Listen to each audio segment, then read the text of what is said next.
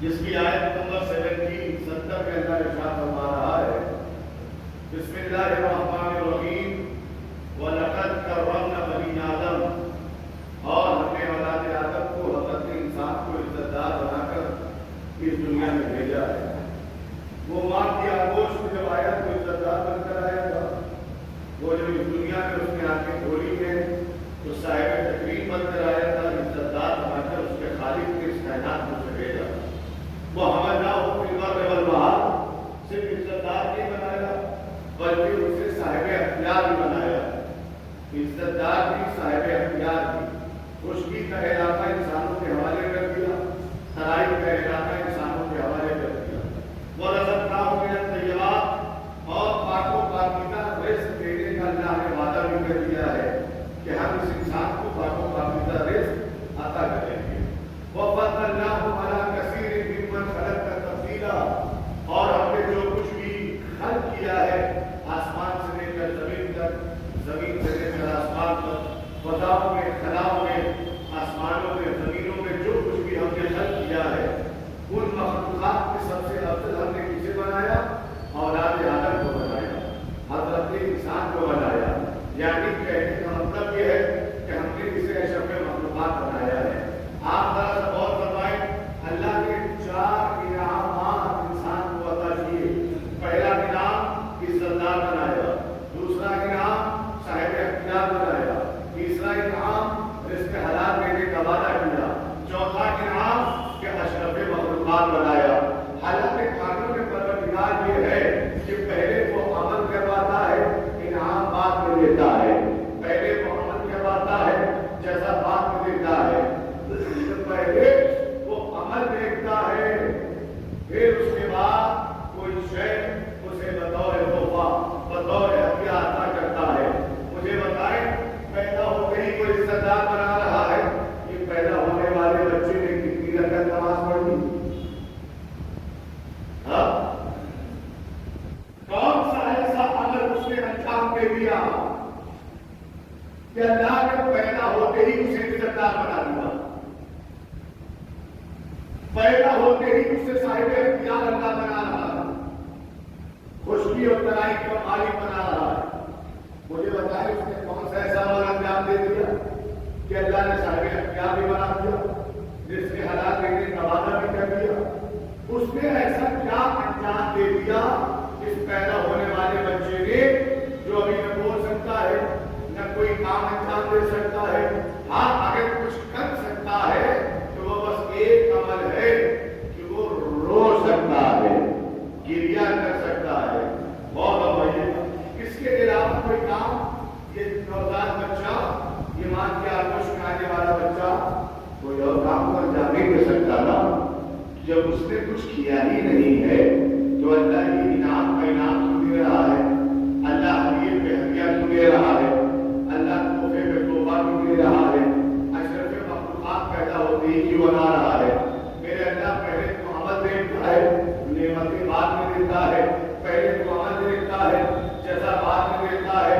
کہ ہم نے انسان کو پیدائشی عزت دار اس لیے بنایا تاکہ وہ فکر کرے۔ ہم نے انسان کو پیدائشی صاحب اختیار اس لیے بنایا تاکہ وہ سوچے سمجھے۔ ہم نے اشرف مخلوقات بنایا تاکہ وہ فکر کرے کہ ہم نے اسے اتنی عزتیں کیوں دی ہیں، ہم نے اسے اتنا احترام کیوں دیا ہے، ہم نے اس کا پروٹوکول پیدا ہوتے ہی اتنا بڑھایا کیوں، اسے اتنا مقام کیوں دیا، اسے اتنا رتبہ کیوں دیا۔ میرے اللہ نے کیا سوچنا ہے؟ کیا سوچو، اشرف مخلوقات میں بنا کر بھیجا ہے۔ اور جب تم سوچو گے، فکر کرو گے تو اپنی سوچ میں ایک سوچ، ایک فکر ضرور رکھ لینا۔ یہ سارے تحفے ہم نے تمہیں اس لیے دیے ہیں، پہلے یہ سوچو کہ ہم نے تمہیں بھیجا کیوں ہے، اور رہیے گا ہم نے تمہیں اس کائنات میں ہم نے بھیجا کیوں ہے؟ کیا اس کا بھی اعلان اللہ نے قرآن کریم میں کر دیا ہے؟ بسم اللہ الرحمن الرحیم، وما خلقت الجن والانس الا ليعبدون۔ ہم نے جنات اور انسان کو اس لیے پیدا کیا تاکہ وہ اللہ کی عبادت کریں. غور کریے گا. لیکن رسول کے آنے سے پہلے یہ 360 بتوں کی پوجا کرنے والے اپنی خدمت مقصد خدمت سے بیزار تھے, اپنی مقصد خدمت سے ناآشنا تھے, اللہ کو چھوڑ کر بتوں کی پوجا کر رہے تھے. غور کریے گا. اب اللہ کہے گا ہم نے تمہیں عقل دی ہے, ہم نے تمہیں شعور دیا ہے, ہم نے تمہیں عزت و والا بنایا, اشرف مخلوقات بنایا. اب ذرا سوچو نا, یہ ساری نعمتیں ہم نے اس لیے دی ہیں تاکہ تم صحیح طریقے سے ہدایت حاصل کر سکو. غور کریے گا. انسان اس کائنات میں کیوں آیا ہے؟ ہدایت حاصل کرنے کے لیے, پیغامات حاصل کرنے کے لیے, ہدایت لینے کے لیے. انسان کو اللہ نے ہادی نہیں بنایا, اللہ نے انسان کو ہدایت لینے کے لیے بھیجا ہے, ہدایت دینے کے لیے نہیں بھیجا. اب ذرا سب ذہن انسانی اپنے ذہن پر زور ڈالے اور سوچے کہ جب ہدایت لینے والے کی کوالٹی اتنی ہے کہ پیدائشی عزت دار بنا کر بھیجا گیا, صاحب اختیار بنا کر بھیجا گیا, رزق حلال کھانے والا بنا کر بھیجا گیا, ساری مخلوقات میں سب سے افضل بنا کر بھیجا گیا, تم ہدایت دینے کے لیے نہیں آئے ہو, ہدایت لینے کے لیے آئے ہو. تو سوچو نا, جب ہدایت دینے والے میں اتنی کوالٹی ہوگی تو جسے اللہ ہدایت دینے کے لیے بھیجے گا اس کا معیار کیا ہوگا, اس کا مقام کیا ہوگا. اللہ سمجھانا چاہتا ہے کہ تم اپنا جیسا ہادی نہ تلاش کرنا, تمہارا ہادی وہ ہوگا جو تم سے ہر معنوں میں افضل ہو. اس اللہ بڑے محمد والے تمہارا بھائی ایک بچہ اسکول جاتا ہے تو اپنے سے زیادہ نالجبل ٹیچر سے وہ علم حاصل کرتا ہے. کائنات کا اصول اسی بات پر مبنی ہے کہ جب انسان کسی بھی مقام پر جائے گا تو اپنے سے بہتر تلاش کرتا ہے, اپنا جیسا تلاش نہیں کرتا. ہدایت دینے والوں میں جتنی کوالٹی رکھی ہے اللہ نے, تو پھر ذہن انسانی کا یہ بات ہونا چاہیے, یہ سوچنا چاہیے کہ جب تم اتنے زیادہ سپیریئر ہو تو پھر جو ہدایت دینے کے لیے آئے گا وہ کتنا سپیریئر ہونا چاہیے, وہ کتنا بلند اور بالا ہونا چاہیے, اس کا مقام کتنا ہونا چاہیے. پھر اللہ ذہن انسانی کو جھنجھوڑنا چاہتا ہے, ہم نے تمہیں عزت دار بنایا تو جو ہادی ہوگا ذلیل و رسوا نہیں ہوگا, عزتوں کا مالک ہوگا. ہم نے تمہیں صاحب اختیار بنایا تو جو ہادی بن کر آئے گا وہ مجبور نہیں ہوگا, صاحب اختیار ہونا چاہیے. تمہارا اختیار کتنا ہے اس سے زیادہ اختیار اس ہادی کا ہو. چنانچہ میں آپ کو تاریخ کی باتیں لے کے چلتا ہوں, چلیے میرے ساتھ. ایک صاحب مولا کائنات کے پاس آئے, مولا کا کہنے لگے مولا انسان کا اختیار کتنا ہے. دیکھیں اللہ نے صاحب اختیار بنایا ہے انسان کو, لیکن اتنا بھی صاحب اختیار نہیں بنایا کہ وہ فرعون بن جائے, وہ شداد بن جائے, وہ اہل بیت کے مقابلے میں آ جائے, اور وہ اللہ کے بنائے ہوئے ہادیوں کے مقابلے میں آ کر آ جائے. صلاۃ محمد ایک اور صلاۃ پڑھتے ہیں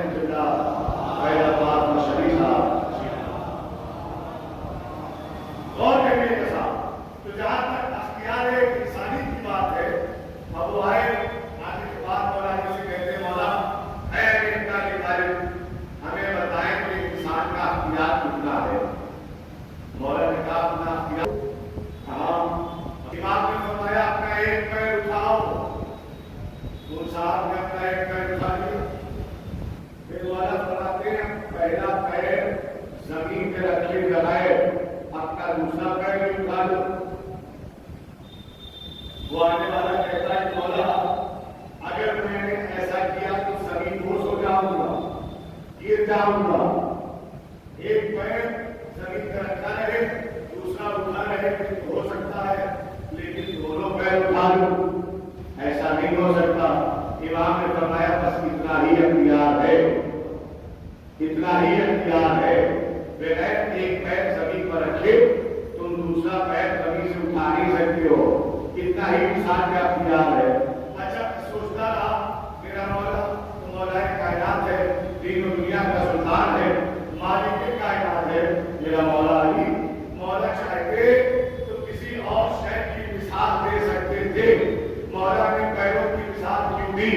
شاید میرے مولا نے پیروں کی مثال اسی لیے دی کہ کل جب خیبر کے میدان میں علی کے دو انگلیوں پر باب خیبر ہوں گے اور یہ دو قدم ہوا کے گوشت میں ہوں گے تو وہیں سے ثابت ہو جائے گا امام اور ہوتا ہے، عوام اور ہوتی ہے. عوام کا مقابلہ امام سے نہیں ہو سکتا. کہ صلوات پڑھے محمد والے محمد.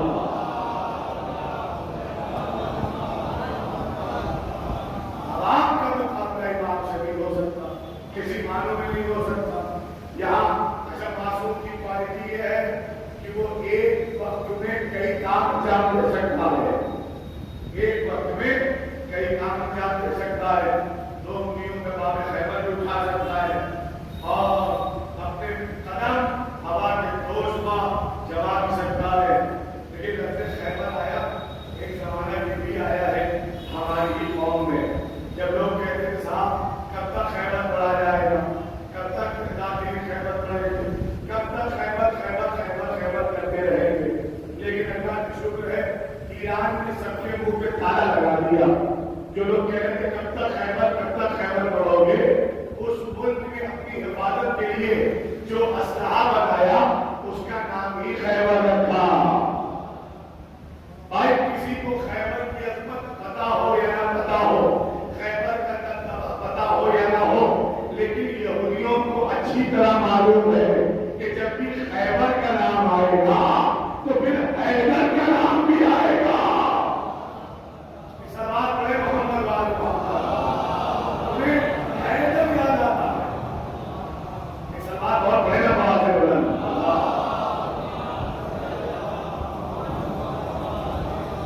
لہذا فضائل جو تاریخ کے دامن میں چھپے ہوئے ہیں، جو تاریخ کے اوراق کے سینے میں لکھے ہوئے ہیں، اسے سنتے رہیے، اپنے بچوں کو سناتے رہیے. اس لیے کہ جو بزرگان بیٹھے ہوئے ہیں جو کچھ بھی پڑھا جاتا ہے وہ بار سن چکے ہیں. لیکن جو نیو جنریشن آ رہی ہے، یہ نئی نسل آ رہی ہے، انہیں کیسے پتہ چلے گا کہ خیبر میں کیا ہوا تھا، خندق میں کیا ہوا تھا، احد میں کیا ہوا تھا. یا تو خود تاریخ کی کتابوں کی خود مطالعہ اور اسٹڈی کریں یا پھر حدیثوں میں صلوات پڑھے محمد والے محمد. تو صاحب جب ہدایت لینے والا اتنا شکریہ ہے، اتنا مقام بلند ہے، اتنی عظمتوں والا ہے، تو جو بھی ہادی بن کر آئے گا اس کا مقام کیا ہوگا، اس کی منزلت کیا ہوگی. غور کریے گا یہ سارے انعامات جو اللہ نے انسان کو دیے ہیں کیوں دیے ہیں، اس کے لیے بھی اللہ نے اعلان کیا. آیت نمبر 70 میں اللہ نے یہ بتایا کہ ہدایت دینے والا کیا ہے، اور آیت نمبر 71 میں اللہ نے انسان کی عظمت کو دینے کا مقصد بیان کیا. اللہ کہتا ہے یوم ندعو کل اناس بإمامہم. یاد رکھنا قیامت کے دن ہر انسان کو ہم اس کے امام کے پیچھے بلائیں گے. اور کہیے گا ہم اس کے امام کے پیچھے بلائیں گے. اللہ نے یہ اعلان کر کے انسان کو خود مختار بنا دیا. اب تمہاری مرضی پر ڈیپینڈ کرتا ہے قیامت میں تم کس امام کے پیچھے آنا چاہتے ہو. اس امام کے پیچھے جو تمہیں عزتیں دلوائے گا یا اس امام کے پیچھے جو تمہیں دنیا میں بھی ذلیل کر رہا تھا قیامت میں بھی ذلیل کرے گا. کس امام کے پیچھے آنا چاہتے ہو؟ یہ اختیار تمہارا ہے، یہ انتخاب تمہارا ہے، انسانوں کا ہے. امام اچھا لے کر اگر قیامت کے دن میں کوئی عزت نصیب ہوگی. اچھا ایک پوائنٹ کی بات اور ہے، صرف امام اچھا ہونے سے کچھ نہیں ہوتا. اور دیکھیے دن رات آپ تعریف کرتے رہے ہمارا امام ایسا، ہمارے پیشوا ایسے، ہمارا امام ایسا، نہیں، کوئی فائدہ نہیں ہونے والا. اور کہیے گا لیکن کربلا درسگاہ ہے، اور ایسی درسگاہ ہے جہاں چاہنے والے کہہ رہے تھے ہمارے امام جیسا کسی کا امام نہیں، اور خود امام کہہ رہا تھا ہمارے چاہنے والوں جیسا کسی کا چاہنے والا نہیں. اور بتایا وہاں تو مسئلہ تھا، اگر چاہنے والوں نے کہا ہمارے امام جیسا امام نہیں، تو پھر امام حسین نے بھی کہا ہمارے ساتھیوں جیسا، ہمارے چاہنے والوں جیسا نہ ہمارے نانا کو نصیب ہوا، نہ ہمارے بابا کو نصیب ہوا، اور نہ ہی ہمارے بھیا حسن کو نصیب ہوا، کسی کو نصیب نہیں ہوا. اس کا مطلب یہ ہے یہ حق دو طرفہ ہے. صرف چاہنے والے نہ کہیں امام اچھا، امام بھی کہے چاہنے والے بھی اچھے ہیں. ایک سوال کرے محمد والے محمد.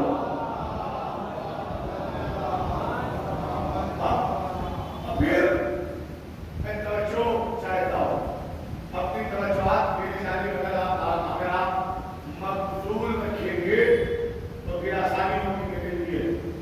خدا کی قسم اس قوم کو ہر روز 2 رکعت نماز شکرانے کی پڑھنا چاہیے.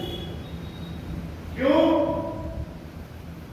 اللہ سے یہ کہہ کر، اپنے پروردگار سے یہ کہہ کر 2 رکعت نماز شکرانے کی پڑھیے کہ میرے اللہ یہ 2 رکعت شکرانے کی نماز اس لیے پڑھ رہا ہوں کہ تم نے ہمیں علی جیسا امام دیا ہے. ہائے ہائے ہائے، اللہ کی نعمت عظمیٰ کا نام علی ہے. نعمت عظمیٰ کا نام کیا ہے؟ علی ہے. اس لیے بھی جا کر شکرانہ کرنا چاہیے کہ میرے اللہ تم نے علی جیسا امام دیا ہے. کون ہے مولا علی؟ یہ جملے میں بتاؤں انشاءاللہ افتخار ہوگا. چاہنے والے بیٹھے ہوئے ہیں، لہذا مولا کی فضیلت کا ایک گوشہ سناتا ہوں. اگر ایمان میں تازگی نہ آئے تو پھر سننے کا فائدہ کیا ہے؟ چلیے میرے ساتھ سرزمین امروہہ سے اٹھ کر سرزمین کوفہ چلتے ہیں. کوفہ مولا کائنات کوفے میں اپنے گھر میں بیٹھے ہوئے تھے. بیت الشرف میں تشریف فرما تھے. کچھ دیر کے بعد امام حسن علیہ السلام اپنے بابا کی پشت ملا کے مل کے سلام پڑھ رہے.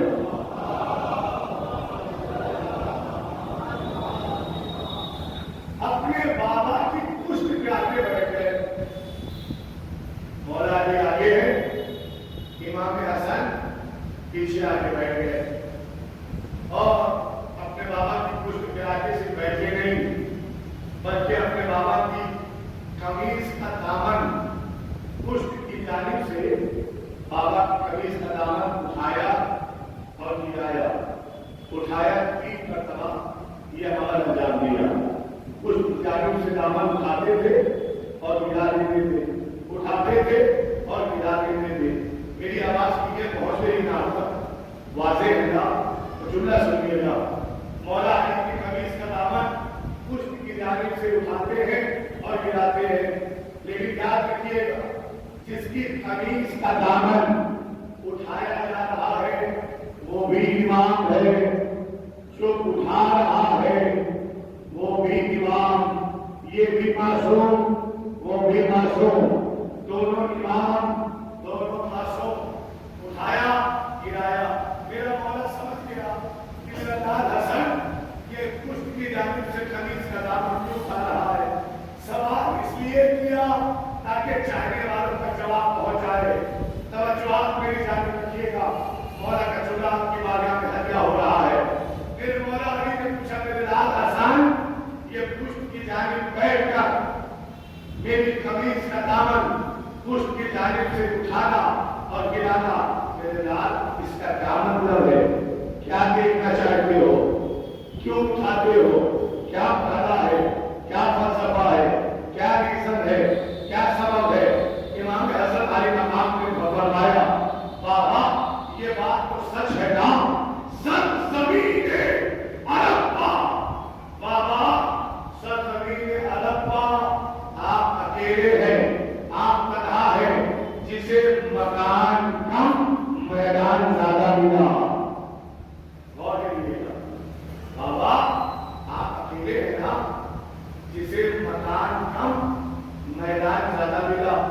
امام علی مسکرائے، کہنے لگے ہاں میرے لال، سرزمین عرفہ تیرا بابا اکلوتا واحد تنہا وہ شجاع ہے جسے مکان کم میدان زیادہ ملا ہے۔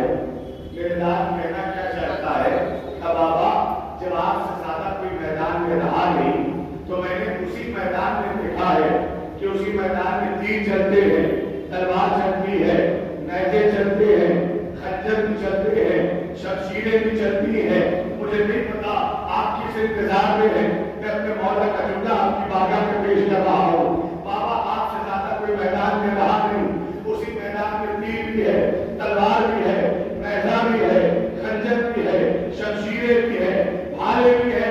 بابا جب آپ سے زیادہ کوئی میدان میں رہا نہیں تو آپ کی پشت پر نہ تیر کا نشان، نہ تلوار کا نشان، نہ خنجر کا نشان، نہ نیزے کا نشان۔ بابا آپ کی پشت پر کسی اسلحے کا نشان نہیں ہے۔ میرا مولا مسکرا کر کہتا میرے لال پشت پر نشان ان کی ہوتے ہیں جو میدان چھوڑ کر میدان سے بھاگ جائے۔ ہائے ہائے ہائے ہائے، تیرا بابا کبھی میدان سے بھاگا ہی نہیں۔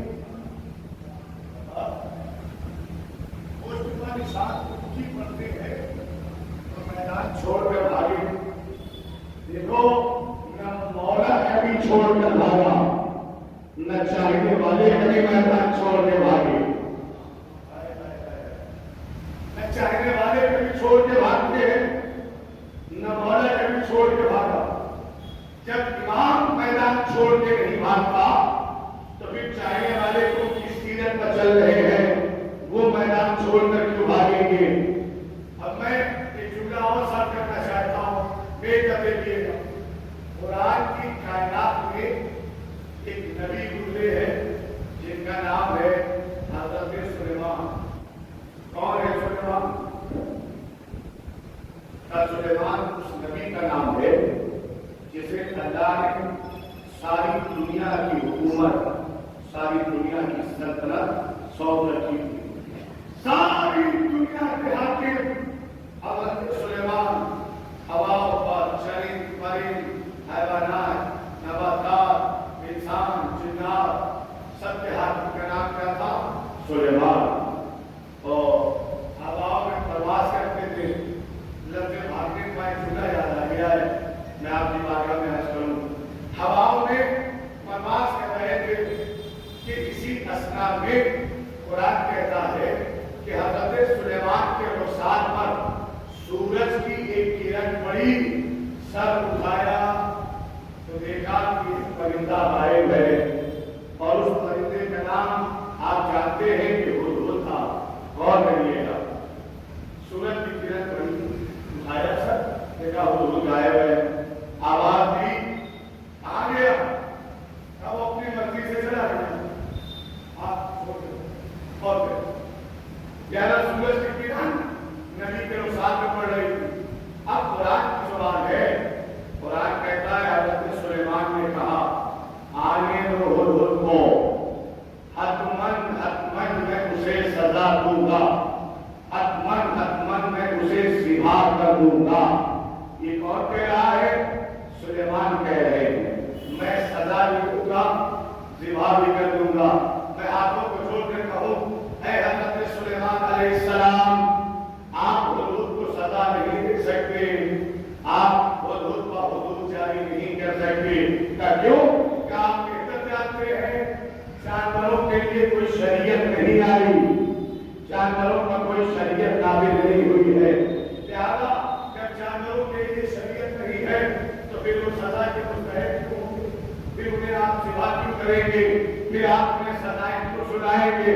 کہ میں جانتا ہوں کہ جانوروں کے لیے کوئی شریعت نہیں آئی، تو جب شریعت نہیں تو سزا نہیں، کہ سزا شریعت کے طور پہ نہیں دوں گا، تو پھر کیوں سزا کریں گے؟ توجہ کریے گا کہ سزا شریعت کے طور پر نہیں، سزا اس لیے دوں گا کہ بغیر اجازت نبی کو چھوڑ کر بھاگ گئی۔ ہائے ہائے ہائے ہائے، مجھے نہیں پتا آپ کہاں تک پہنچے، مجھے جہاں تک پہنچانا تو میں نے آپ کو پہنچا دیا۔ سزا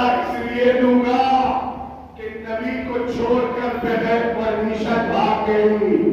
تو بھیا یہ قانون معصوم کا بنایا ہوا ہے, اللہ کا بنایا ہوا ہے کہ اگر کوئی جانور بھی نبی کو چھوڑ کر بھاگ جائے تو وہ سزا کا مستحق ہو جاتا ہے.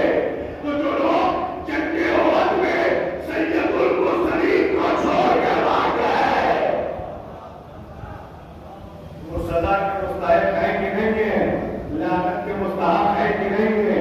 ایک سوال پڑھے محمد والے محمد. روزہ, حج, زکات, قوم, جتنی بھی عبادات ہیں یہ مجلس کی اجرت ہے.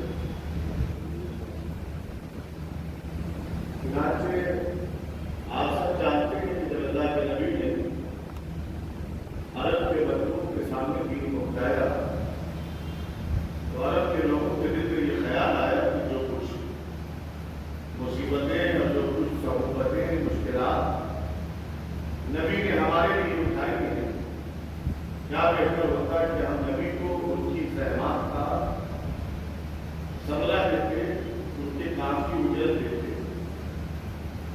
اللہ نے ساری رسالت کے افعال اور ساری رسالت کی زحمتوں کا جو اجر اور اجرت قرار دیا وہ مودت اہل بیت علیہ السلام.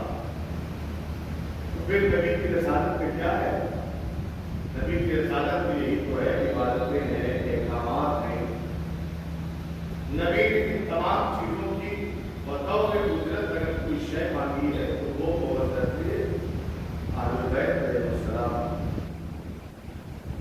تو یہ مجلس ہے, یہ اللہ تعالی یہ شریعت کی اجرت ہے. اگر یہ ہے تو اجرت ادا ہو رہی ہے, اور اگر یہ نہیں ہے تو پھر اجرت ادا نہیں ہوگی. پھر نماز پڑھنے والا مخلوص کہلائے گا, پھر روزہ رکھنے والا مخلوص کہلائے گا, پھر حج میں جانے والا مخلوص کہلائے گا. اور مخلوص رہ کر عبادتیں کرنا اللہ کو پسند نہیں ہے, نہ رسول کو پسند ہے.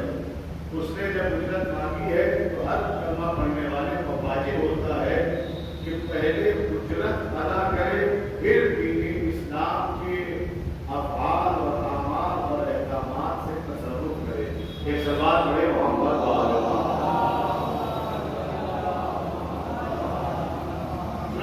قرآن مجید کا 17 نمبر کا سورہ ہے, سورہ بنی اسرائیل. سورہ غور فرمائیے. لہذا چنانچہ امام ہادی جو بھی ہوگا ایک طرفہ نہیں ہونا چاہیے. اگر امام ہمارا دل کہتا ہے کہ امام اچھے سے اچھا ہونا چاہیے تو پھر امام کی خواہش ہے کہ چاہنے والے بھی اچھے سے اچھے ہو, شکایت کا موقع نہ ملے. اور آپ کا زمانے کا امام, ہمارے زمانے کا امام اپنی امت سے, اپنے چاہنے والوں سے خط وعدہ کرتا. امام کے جملے آپ سنتے رہتے ہیں. امام نے فرمایا, ہمارے آخری امام, اللہ کی آخری حجت کون ہے؟ ہمارا امام. امام کی وحی اور اللہ کی آخری حجت کی وحی. امام فرماتے ہیں, یا شیعتی کونوا لنا سیدنا ولا تکونوا. اپنی عقیدت کسی عام انسان سے بیان نہ کریں, اس لیے انسان مجبور ہے. ہم جس کی تحریر پائیں گے وہ مختار. یہی ہے جو راہب کو بیٹے بھی دیتے ہیں, یہی ہے جو فرشتوں کو بارے والوں پر بھی دیتے ہیں, یہی ہے جو بگڑا ہوا مقدر بنا دیتے ہیں, یہی وہ ہے جو خیر ہو کر بھی لوگوں کو دعائیں دیتے ہیں. اللہ اکبر. نظرانوں آپ سب سنتے چلے آ رہے ہیں کہ جب اہل حرم 11 محرم کو, دیکھیے 10 محرم کو جو لوگ شہید ہو گئے ان کی شہادت کے ساتھ ساتھ ان کی پیاس بھی ختم ہو گئی. ان کی شہادت کے بعد, ان کی شہادت کے ساتھ ساتھ ان کی تکلیفیں تمام ہو گئی.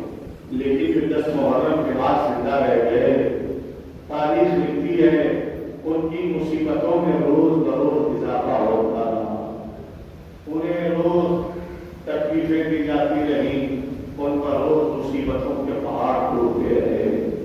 روایت کہتی ہے کہ جب قافلہ کربلا سے 11 محرم کو چلا تو آپ راستوں سے نہیں لے گئے، بلکہ ان راستوں سے لے گئے ہیں جن راستوں کا استعمال نہیں ہوتا تھا، جن راستوں میں کانٹے تھے، جن راستوں میں نوکیلے پتھر بھی تھے، وادی سنگرا۔ ہاں حضراتوں، یہی وجہ ہے کہ جب اہل حرم کربلا سے کوفہ پہنچے ہیں نا، تو کسی بھی اہل حرم میں کسی کا پیر سلامت نہیں تھا، سب کے پیروں میں چھالے تھے، سب کے پیروں سے خون جاری تھا، سب کے پیروں سے خون بہ رہا تھا۔ صرف یہیں پہ ظلم نہیں رکا ہے، روایت کہتی ہے، امام سید سجاد کہتے ہیں، مدینے میں آ کر بیان کرتے تھے کہ ہمیں جب کوفے میں وارد کیا گیا نا، تو کوفے میں مسلمانوں کے محلے میں نہیں لے جایا گیا، بلکہ ہمیں وہ یہودیوں کے محلے سے گزارا گیا۔ جب ہم یہودیوں کے محلے میں گئے تو شمر کہتا تھا، اے یہودیوں، انہیں پہچانو، یہ وہی ہے جن کے باپ دادا نے تمہارے باپ دادا کو مارا تھا، انہی کے دادا علی نے تمہارے دادا مذہب کو مارا تھا، لو آج ہم انہیں اسیر بنا کر لائے ہیں، اپنا بدلہ لے لو۔ امام فرماتے ہیں کہ یہودیوں نے جب یہ سنا کہ ہم علی ابن ابی طالب کے گھرانے سے ہیں، تو انہوں نے اپنے دامن میں پتھر اٹھائے، انگنت پتھر ہماری جانب بارش ہونے لگی، سب کے سروں پر پتھر برسنے لگے۔ روایت کہتی ہے اتنے پتھر مارے گئے کہ سب کے چہرے خون آلود ہو گئے، سب کا سر زخمی ہو گیا، سب کے چہرے خون سے بھر گئے۔ اللہ اکبر۔ عزیزانو، اب روایت کہتی ہے طوفے کے بعد ان اہل حرم کو شام کی طرف روانہ کیا گیا۔ دیکھو، شام پڑھنا آسان نہیں ہے، شام سننا بھی آسان نہیں ہے۔ ارے شام تو اس منزل کا نام ہے نا کہ جب بھی کوئی شام کا نام لیتا تھا تو ہمارا رات کا چوتھا امام 3 مرتبہ بس کسی نام کو لیتا تھا، الشام الشام الشام، اور شام شام شام کہہ کر زمین پر گر جاتے تھے اور بے ہوش ہو جاتے تھے۔ جب ہوش آتا تھا نا تو لوگ پوچھتے تھے، مولا آپ شام کا نام آتے ہی کیوں بے ہوش ہو جاتے ہیں؟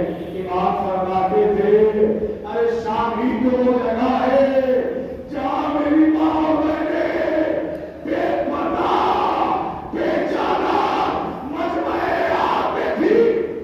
اللہ اکبر۔ سب سے بڑی مصیبت، سب سے بڑا مسائل، سب سے بڑا ظلم شام میں ہوا ہے۔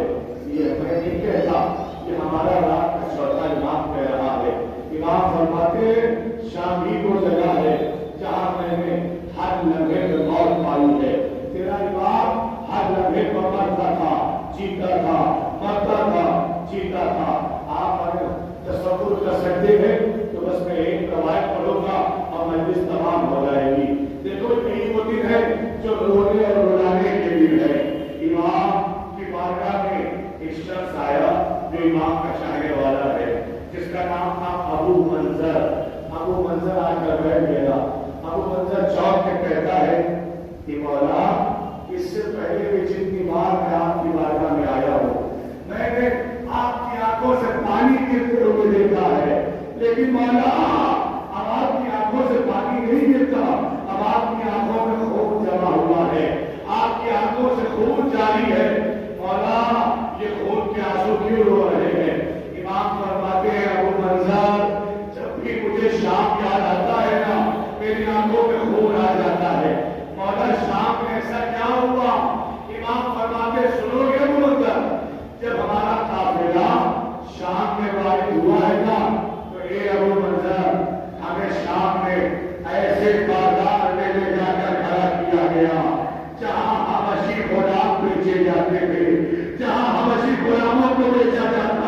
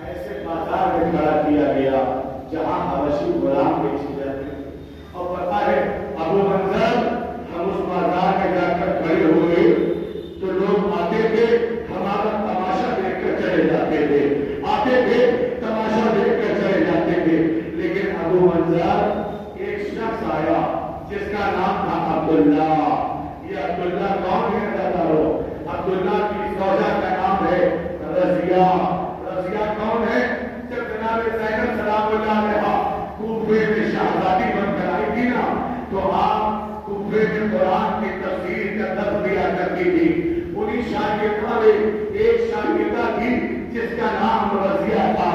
رضیہ کے شوہر کا نام عبداللہ ہے. امام کہتے ہیں عبداللہ ہمارے قریب آیا اور سب کو دیکھتا رہا. دیکھ کر چلا گیا.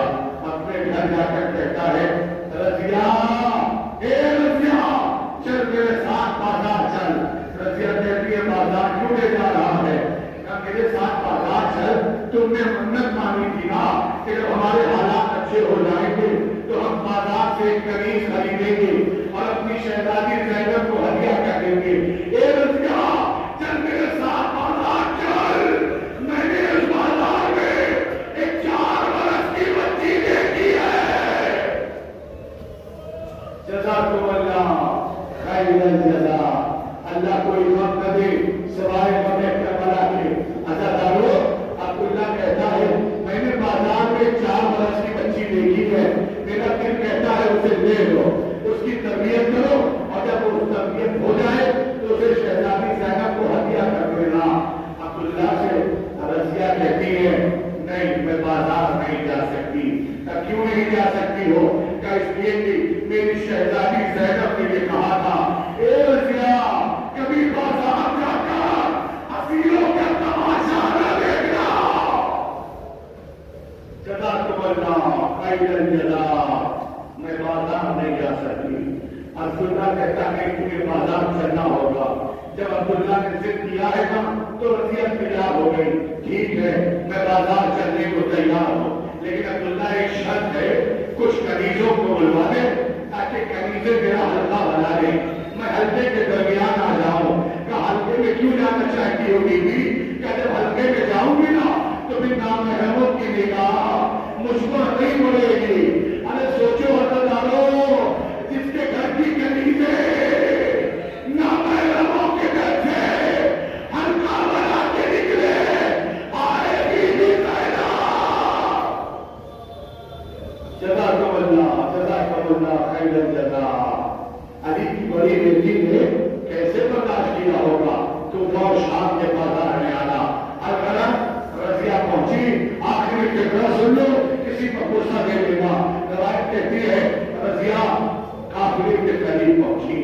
اب رضیہ نے عبداللہ نے اشارہ کیا اے رضیہ یہ وہی بچی ہے جسے میں دیکھ کر گیا ہوں. رضیہ بیوی سکینہ کے قریب پہنچی تو زانو ہو کر زمین پر بیٹھ گئی. جناب سکینہ کے سامنے رضیہ بیٹھ گئی اور رضیہ نے بیوی سکینہ کو سر سے لے کر پیر تک دیکھنا شروع کیا. کہتی ہے عبداللہ تو نے اس بچی میں کیا لکھا ہے؟ اے عبداللہ اس بچی کے سر کو لے، اس کے بعد اس کے بکھرے ہوئے بالوں کو لے. اس کے سر پر خاک ہے، ایسا لگتا ہے بہت دور سے پیدل چل کے آ رہی ہے. اے عبداللہ اس بچی کے رخساروں کو دے. ایک طرف سیاہ ہے ایک طرف نیلے ہیں. عبداللہ ایسا لگتا ہے اس بچی کو مسلسل کسی ظالم کے تماچے مارے. اللہ اکبر. کیا سن رہے ہو عزادارو؟ ذرا سا دل پہ ہاتھ رکھ کے سنو، تصور کرو انشاءاللہ کربلا پہنچ جاؤ گے. روایت کہتی ہے اور رخساروں کو دیکھو. اب رضیہ کہتی ہے عبداللہ اس بچی کے کانوں کی طرف دیکھ، ایسا لگتا ہے کسی ظالم نے پوری طاقت سے اس کے گوشوارے کھینچ لیے ہو. اللہ اکبر. اے عبداللہ اس کے ہونٹوں کو دیکھ، اس کے ہونٹوں کو پپڑیاں لگی ہوئی ہے، ایسا لگتا ہے بہت دن سے پیاسی بھی ہے. عبداللہ اس کا دامن دیکھ، دامن میں آگ لگی ہوئی ہے. عبداللہ سر سے لے کر پیر تک اس بچی کی حالت دیکھنے کے بعد ایسا لگتا ہے کہ اس بچی کا باپ مار دیا گیا. یہ بچی یتیمہ ہے. اگر اس کا بابا زندہ ہوتا، جزاکم اللہ، اگر اس کا بابا زندہ ہوتا تو اس بچی کی حالت ایسی نہ ہوتی. عبداللہ اسے خرید لو، اسے اپنے گھر لے چلو. امام کہتے ہیں ابو منظر جب ہماری بہن کی خرید و فروخت کی بات آئی نا اب ہماری پھوپھی سے رہا نہ گیا. ہماری پھوپھی نے آواز دی رضیہ اے رضیہ تم کسے خریدنا چاہتی ہے؟ ارے میرے بھائی کی نشانی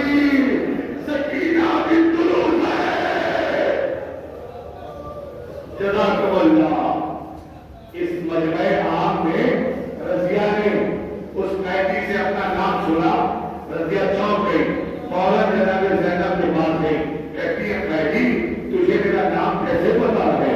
سمجھ گئے نا سردارو، آپ تصور کرو گے انشاءاللہ تو دن پر دن مچور کرے گی، آنسو بھی آئے گا۔ رضیہ کہتی ہے یہ بتا قیدی تو مجھے کیسے جانتی ہے؟ جناب زینب کہتی ہے رضیہ تو نے مجھے پہچانا نہیں رضیہ، یعنی میں نے مجھے نہیں پہچانا۔ بی بی زینب نے اپنے چہرے سے بالوں کو ہٹایا، دیکھ رضیہ غور سے دیکھ شاید پہچان جائے۔ رضیہ نے کہا قیدی مجھے معاف کر دینا، تیرا چہرہ خون میں سنا ہوا ہے، تیرے چہرے پر زخم ہے۔ اللہ اللہ، اے قیدی تیرے چہرے پر خون ہے، تیرا چہرہ زخموں سے بھرا ہوا ہے، میں تجھے پہچان نہ سکی۔ جناب زینب کہتی ہے رضیہ خدا کے لیے پہچان، میں تیری شہزادی زینب ہوں، عزادارو قیامت ہونے والی ہے۔ جیسے ہی زینب نے کہا میں زینب ہوں نا، رضیہ ناراض ہو گئی، رضیہ ناراض ہو گئی، خبردار اتنا بہنوں کے مجمع میں میری شہزادی زینب کا نام۔ اللہ اللہ، کہاں میری شہزادی، کہاں میری شہزادی، کہاں یہ بازا؟ خبردار میری شہزادی کا نام نہ لینا۔ آواز دی رضیہ پہچان نہیں زینب ہو، یعنی تو زینب نہیں ہو سکتی۔ رضیہ میں نے کہا تھا نا جب کبھی پہچان نہ پاؤ تو پھر میرے سامنے قرآن لے کر آنا۔ ہاں میری شہزادی نے کہا تھا عبداللہ جب قرآن لے کر آ، قرآن آیا، قرآن کھولا گیا۔ ارے کوئی بی بی زینب کو پہچانے یا نہ پہچانے، اللہ کا کلام پہچانتا ہے۔ قرآن میں جیسے ہی زینب کا چہرہ دیکھا، قرآن ہوا میں اٹھا، زینب کا طواف کرنے لگا۔ رضیہ نے کہا ہے عبداللہ منہ پھیر لو، عبداللہ یہ میری شہزادی زینب۔ اے رضیہ ہم کربلا میں لٹ گئے، میرا بھائی حسین مارا گیا، ماں کی گودیاں اجڑ گئی۔ اے رضیہ بے مقدر و جلال کوفہ اور شام کے على رحمة الله القوم الظالمين والصيام الذين ظلموا أيام القلب ينقلبون۔ میرے مالک تو رحیم ہے، کریم ہے، غفور ہے، ستار العیوب ہے، ہم حقیر و فقیر و عاجز و مجبور ہیں۔ بحق اہل بیت علیہ السلام ہماری ان تمام جو سرزمین ہمراہ پر مجلسیں ہو رہی ہیں، تمام مجلسوں کو قبول کرنا۔ میرے اللہ بحق اہل بیت علیہ السلام، بحق چار معصومین، ان معصوموں کو شہزادی مال کی جگہ عنایت فرما۔ میرے اللہ تجھے واسطہ اہل بیت علیہ السلام کا، چار معصومین کا، ہماری اس بستی میں یہ جہاں کے بھی مومن مومنات ہیں، اگر بیمار ہیں سب کو صحت کاملہ، شفائے عاجلہ عنایت فرما۔ جو بے روزگار ہیں انہیں برسر روزگار فرما، جو برسر روزگار ہیں ان کے روزی روزگار کے مسلسل ترقی پر تک عنایت فرما۔ میرے اللہ جہاں کہیں بھی اسلام کے دشمن، شیعت کے دشمن، حق کے دشمن، بالخصوص امریکہ و اسرائیل اور ان کا ساتھ دینے والے تمام ممالک کو نیست و نابود فرما۔ ایران، عراق، لبنان اور جو حق کا پرچم بلند کرنے میں جو ممالک ان کا ساتھ دے رہے ہیں، میرے اللہ انہیں دن دھوپ کی رات چوک کی ترقی عنایت فرما، انہیں کامیابی عنایت فرما۔ دنیا ظلم و جور سے بھر گئی ہے میرے اللہ، اب وقت کے امام اور اپنی آخری حجت کے ظہور میں تعلیم فرما۔ اب سب کو ان کو امان و انصار میں شامل ہونے کی توفیق عنایت فرما۔